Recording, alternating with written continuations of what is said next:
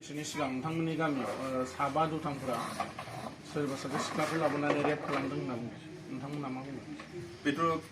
Totally मिसा नंखाय बियो दानि जिथु बड'लेण्ड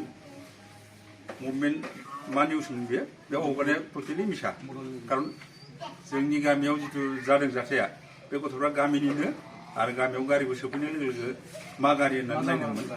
जाथायाथ' रेप केसनो खिन्थु बे गथ' साब्रैया नङा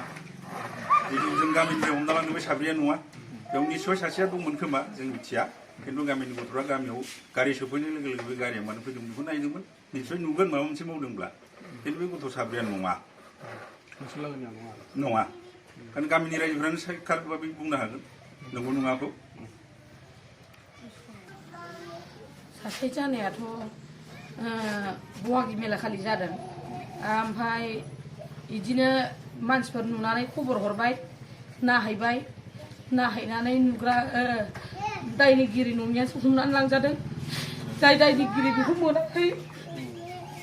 मानो होनना बुङोबा जोंहाथ' हाजिरा मावनानै जालाबायगासो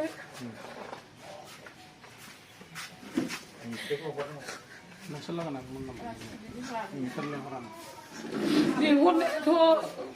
बिनि हेल्पारानो लिंहरदोंमोन हेल्पारा लिंहरनानै नायहैबाय नायहैनानै जाय नायहैग्रा बिसोर लांदों जाय भाइरेल खालामदों बेखौथ' मोनाखै जोंथ' हाजिरा मावनानै जालाबायग्रासो रेप केस आरो किडनेपिं केसाव खुलिदों दा मा बुङो? बेथ' पुरा नंखाय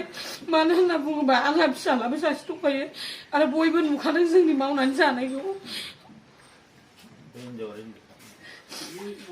बे हिनजावानो ओरैनोखा मानो हरनि 12ता 1टायाव फैनानै मालाय गामियाव बिदि खामानि मावफैनांगौ बिसोरखौ बेखौथ' नायफैखागोन ना एसेबाबो मा जादों मा थादों मालाय गामिनि लामा लांगोनायाव मानो बिदि गाज्रि खामानि हाबा मावनायखौ सोर नायफैया जानो बयबो नायफैगोन बयबो नायफैनानै बे सासे भिडिअ खालामबाय सोर हगारखो सोर माखो आंनि फिसाया नायहैफानायासो बिनानायावनो हमनानै लांजाबाय बेथ' जोबोद भुल ना जोबोद भुल खामानि मावनाय जादों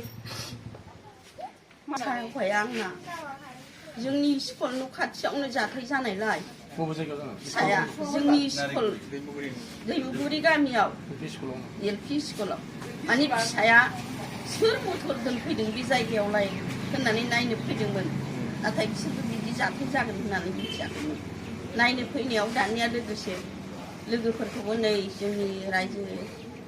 स्कुलाव माबा मोनसे जाथाय जानानै दंफैयो नायनो फै होननानै लेंहरनायाव दाना ज' फैनायाव बिसोरखौसो अनागारि दाय फानबाय सोर साफायखो सोर माखो सोर हगारखो दा गावसोरनो मिथिनानै मोनासै फिसाफ्रा बिसोरखौ अनागारि दाय फानदों नाथाय बेफोर दायखौ नोंसोरो माबा खालामनो मोननाय नङा जों बिमा जोनोमगिरि जानानै बे फिसाखौ हगारनांगोन जाथायाथ' जोंनि दैमुगुरि गामिनि एलपि स्कुलाव जादों थिग हरनि 12ता 1टा जाबायमोन हगारबाय दा बे स्कुलाव मानो गारि थाफैखो